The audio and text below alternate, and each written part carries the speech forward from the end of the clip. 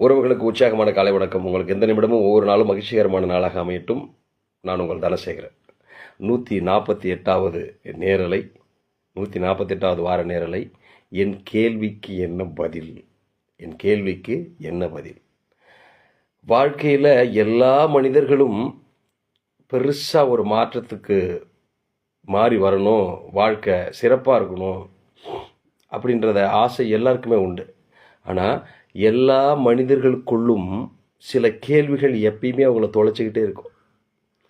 அது நல்ல விதமான கேள்விகளாக இருந்தால் பரவாயில்ல, நேர்மறையான சிந்தனைகளாக இருந்தால் பரவாயில்ல. நிறைய பேருக்குள்ள நிறைய குழப்பமான கேள்விகள் உண்டு. என்ன கேள்வி? இந்த உலகத்தில் எத்தனை கோடி மக்கள் இருக்கிறாங்களே, என்னை மட்டும் ஏன் கடவுள் இப்படி படைச்சாரு? என்னை மட்டும் ஏன் இவ்வளோ வறுமையாக படைச்சாரு? எனக்கு மட்டும் ஏன் இவ்வளோ கஷ்டமெல்லாம் கொடுக்குறாரு? எனக்கு மட்டும் ஏன் இப்படி எல்லாம் நடக்குது? நான் எதை தொட்டாலும் ஏன் அது சரியாக விளங்க மாட்டேங்குது? என்னை ஏன் யாருமே கண்டுக்க மாட்டுறாங்க? எனக்கு உதவுறது கூட யாரும் இல்லை. எனக்கு கட்டம் சரியில்லை, எனக்கு ஜாதகம் சரியில்லை, எனக்கு நேரம் சரியில்லை, என்னை யாருமே பாராட்ட மாட்டேன்றாங்க. எனக்கு ஆறுதல் சொல்லக்கூட யாருமே இல்லை. எனக்கு நல்ல அப்பா அம்மா அமையலை, நல்ல மனைவி அமையலை, நல்ல அண்ணன் தம்பி அக்கா தங்கச்சி மட்டும் அமைஞ்சிருந்தாங்கன்னா நல்லா இருந்திருக்கும். அதுவும் இல்லை. எனக்கு என்னோட சொந்த பந்தம் சரியில்லை. இதெல்லாம் ஒரு ஊரா? இதெல்லாம் ஒரு வீடா? இதெல்லாம் மனுஷன் தின்னுவானா? இப்படி நிறைய கேள்விகள். அது மட்டும் இல்லாமல் அவன் யோகக்காரன், அவனுக்கு என்னப்பா, அவனுக்கு மச்சம் இருக்குது, மச்சக்காரன் அவன். காற்று அவன் பக்கம் அடிக்குது, அவன் காட்டில் மழை பெய்யுது. அவன் நேரம் சரியாக இருக்குது, வசதியான இடத்துல பிறந்துட்டான். அவனுக்கு உதவ 1000 பேர் இருக்கிறாங்க. அப்புறம் கடைசியில் ஒன்று சொல்லுவோம், எல்லாம் தலை விதி, என் விதி அது அப்படின்னு நமக்கு நாமே 1000 கேள்விகள் கேட்டுக்கிட்டே இருப்போம். 1000 கேள்விகள் கேட்டுக்கிட்டே இருப்போம். ஒரு விஷயம் புரிஞ்சுக்குங்க. என்ன அப்படின்னா, பிறப்பெனப்படுவது யாதென கேட்டேன், பிறந்து பார் என்று இறைவன் சொன்னான். இறப்பெனப்படுவது யாதென்று கேட்டேன், இறந்து பார் என்று இறைவன் சொன்னான். மனையால் சுகமது யாதென கேட்டேன், மணந்து பார் என்று இறைவன் சொன்னான். நட்பெனப்படுவது யாதென கேட்டேன், பழகிப்பார் என இறைவன் சொன்னான். அனைத்தையுமே நான் அனுபவித்துத்தான் தெரிந்து கொள்ள வேண்டும் என்றால், ஆண்டவனே நீ எதற்கு என்றேன். அந்த ஆண்டவன் அருகில் சொன்னான், அந்த அனுபவமே நான் தான் என்று. அப்போ வாழ்க்கையில் எல்லாமே ஒரு அனுபவம்.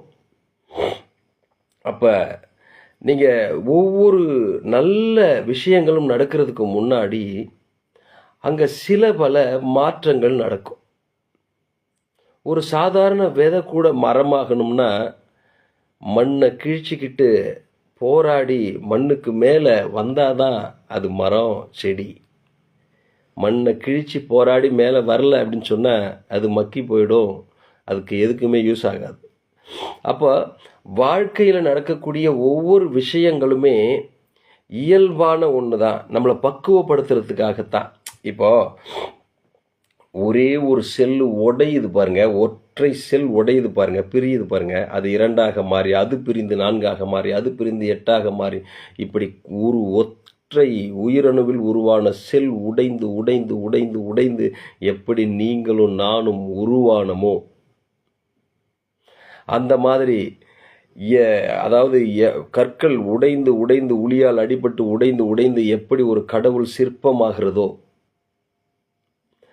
உலோகங்கள் எப்படி நெருப்புல வெந்து வெந்து அடிபட்டு அடிபட்டு ஆபரணமாகிறதோ, பொருட்கள் ஆகிறதோ, அந்த மாதிரி வாழ்க்கையில் கிடைக்கக்கூடிய ஒவ்வொரு விஷயமும் நம்மளை பக்குவப்படுத்தக்கூடிய விஷயங்கள். இங்கே உலகத்தில் எல்லாமே சரியாக அமைஞ்சிட்டா அப்புறம் அவங்க கடவுள் தான்.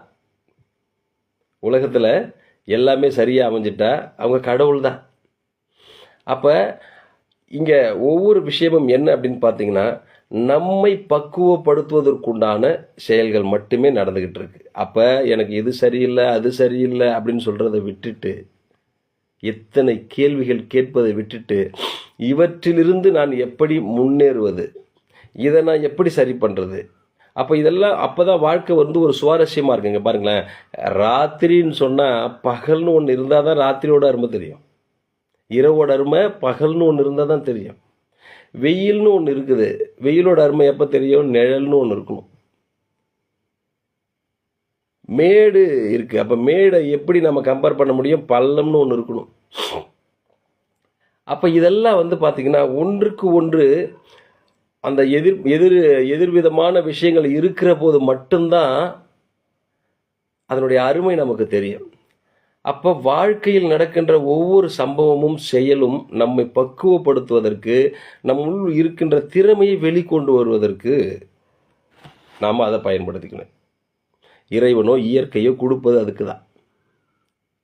நான் சொன்ன மாதிரி ஒரு செல் உடையலை அப்படின்னு சொன்னால் நம்ம இல்லை, ஒரு செல் பிரியலைன்னா நம்ம இல்லை. அப்போ வாழ்க்கையில் இவ்வளவு கஷ்டம் இவ்வளவு துன்பம் எனக்கு ஏன் அப்படின்னு சொல்லிட்டு கேட்குறத விட அதை ஒரு சவாலாக எடுத்துக்கிட்டு இன்ட்ரெஸ்டாக ஜாலியாக கடந்து போகணும். அப்போது எனக்கு கஷ்டம் அப்படின்ற சொல்கிற வார்த்தையை முதல்ல மாற்றணும். இங்கே எல்லாமே வார்த்தையிலிருந்து தான் வாழ்க்கை. இப்போ ஒருத்தர் கேட்குறார், நண்பர் கேட்குறாரு, எப்படி இருக்கிறீங்க? நல்லா இருக்கிறேன், மகிழ்ச்சியாக இருக்கிறேன். அப்படின்றது எப்படி இருக்கு? ஏதோ இருக்கிறேன், அட ஏதோ நீங்கள் வேற. இந்த மாதிரியான வார்த்தைகள் நம்ம நிறைய முறை பார்த்துருக்குறோம். நிறைய மகான்கள் சொல்லியிருக்கிறாங்க, நிறைய அறிவியலாளர்கள் சொல்லியிருக்கிறாங்க. நீங்கள் ஒரு வார்த்தையை திரும்ப திரும்ப திரும்ப சொல்ல சொல்ல அது மந்திரமாக மாறிவிடும். சாமிக்கு ஒரு குறிப்பிட்ட வார்த்தைகளை ஏன் தொடர்ந்து தொடர்ந்து சொல்கிறாங்க? மந்திர உச்சாடனம்னு சொல்கிறாங்கல்ல. அப்போ ஒரு விஷயத்தை தொடர்ந்து சொல்ல சொல்ல என்ன ஆகும்னா அது மந்திரமாக மாறிவிடும், அது நடந்துடும். அப்போ நீங்கள் எப்போ பாரு, என்னை மட்டும் ஏன் கடவுள் இப்படி வச்சுருக்கிறாரு, எனக்கு மட்டும் ஏன் கஷ்டம் இது, நான் அப்படி பாருங்கள். இது தொடர்ச்சியாக நீங்கள் சொல்ல சொல்ல அதுவாகவே நீங்கள் மாறிடுவீங்க. அதனால் 1000 கேள்விகள் உங்களுக்குள்ளே இருந்தாலும் அது எல்லாமே நம்மளை பக்குவப்படுத்துறதுக்கு உண்டான விஷயமா எடுத்துக்கிட்டு, நான் இதிலிருந்து மேம்பட என்ன பண்ணுறது, நான் இதிலிருந்து சரி பண்ண நான் என்ன பண்ணிக்கலாம் அப்படின்னு சொல்லிட்டு யோசனை பண்ணி, அதுக்கு தான் இறைவன் வந்து 6வது சிந்தனை அப்படின்ற ஒரு விஷயத்தை மனுஷனுக்கு கொடுத்துருக்கிறான். பகுத்தறிவு, பகுத்து அறிவது எப்படி அப்படின்னு சொல்லிட்டு மனுஷனுக்கு கொடுத்துருக்கான். ஸோ அதனால் வாழ்க்கையில் 1000 கேள்விகள் உங்கள் மனதில் இருக்கலாம். அத்துணை கேள்விகளும் நேர்மறையானதாக இருக்க வேண்டும், பாசிட்டிவான கேள்விகளாக இருக்க வேண்டும். அப்போ ஒவ்வொரு நாளும் நடக்கின்ற ஒவ்வொரு சம்பவமும் நம்மை அடுத்த நிலைக்கு கொண்டு போகணும். எதையுமே கஷ்டமாக எடுத்துக்காம சவாலாக எடுத்துக்கணும். எனக்கு இவ்வளோ கஷ்டம் இருக்குது, என்ன பண்ணுறது, இவ்வளோ கடன் பிரச்சனை இருக்குது, என்ன பண்ணுறது அப்படின்றத விட, எனக்கு மட்டும் ஏன் இவ்வளோ கடன் கொடுத்தான் அப்படின்றத விட, நீ ஸ்பெஷலு, உன்னுடைய திறமை என்னென்னு வெளிப்படுத்துறதுக்கு இந்த கடன் வந்து கடவுள் கொடுக்கல, நீ தான் வாங்கின. இந்த பிரச்சனை கடவுள் கொடுக்கல, நீ தான் வாங்கின. இந்த வாழ்க்கை அப்படியெல்லாம் சொல்லாதீங்க. இங்கே வந்து பிறக்கணும்னு நானாக வந்து பிறந்தேன், இந்த கஷ்டத்தில் பிறக்கணும்னு நானாக பிறந்தேன், இந்த எண்ணத்தில் இந்த மதத்தில் பிறக்கணும்னு நானாக பிறந்தேன் அப்படின்னு கேட்கலாம். அது உங்கள் கையில் இல்லை, யார் கையிலுமே இல்லை.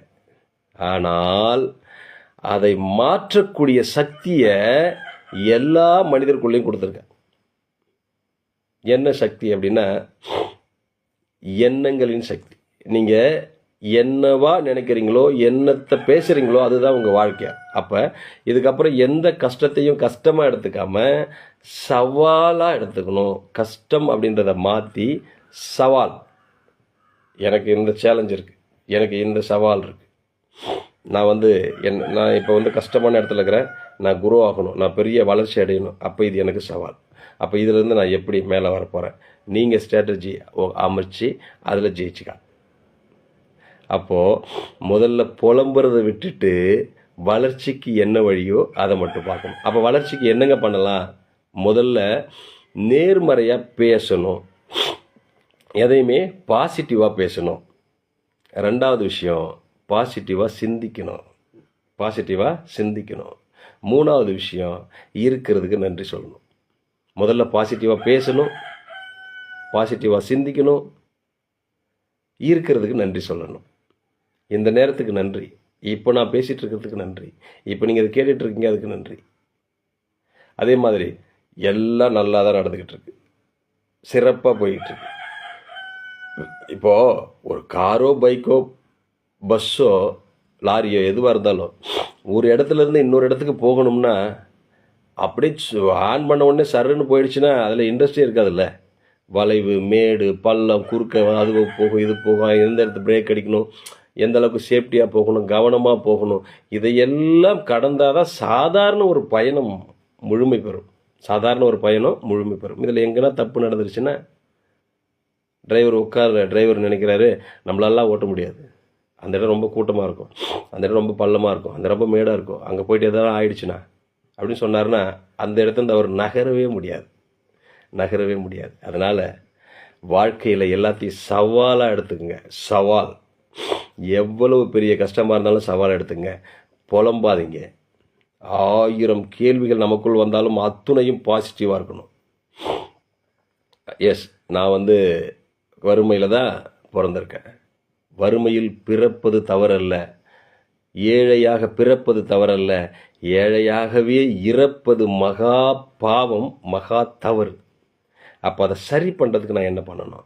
அப்போ என் லைஃப்பில் வர ஒவ்வொரு கஷ்டமும் எனக்கு சேலஞ்ச். கஷ்டம்னு இல்லை, சேலஞ்ச். இதுலேருந்து நான் அடுத்து என்ன பண்ண போகிறேன்? ஒரு கேம் ஆடுறீங்கன்னு நினச்சிங்க. வாழ்க்கையே ஒரு விளையாட்டுன்னுவாங்க, ஒரு கேம்னு சொல்லுவாங்க. லைஃப் ஒரு கேம். அப்போ இந்த கஷ்டத்துலேருந்து நான் மேலே வர்றதுக்கு நான் என்ன மாதிரியான பிளான் போட்டு இதுலேருந்து ஜெயிக்க போகிறேன்?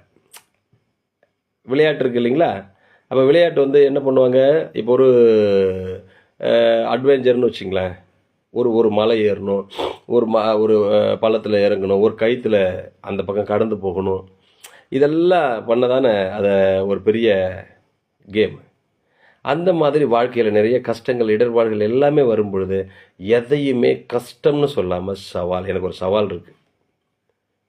எனக்கு ஒரு சவால், ஒரு 10 லட்ச ரூபா பணத்தை நான் சம்பாரித்து அடைக்கணும், அது என்னுடைய சவால்.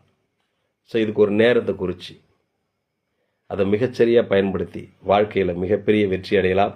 அதனால் முதல்ல கஷ்டம்ன்றதை விட்டுட்டு, புலம்புறதை விட்டுட்டு, எனக்கு சவால் அப்படின்னு எடுத்துக்கங்க. எல்லாமே சவாலை எடுத்துக்கங்க. அதே மாதிரி நேர்மறையாக சிந்தியுங்கள், நேர்மறையாக பேசுங்கள், இருப்பதுக்கு நன்றி கூறுங்கள்.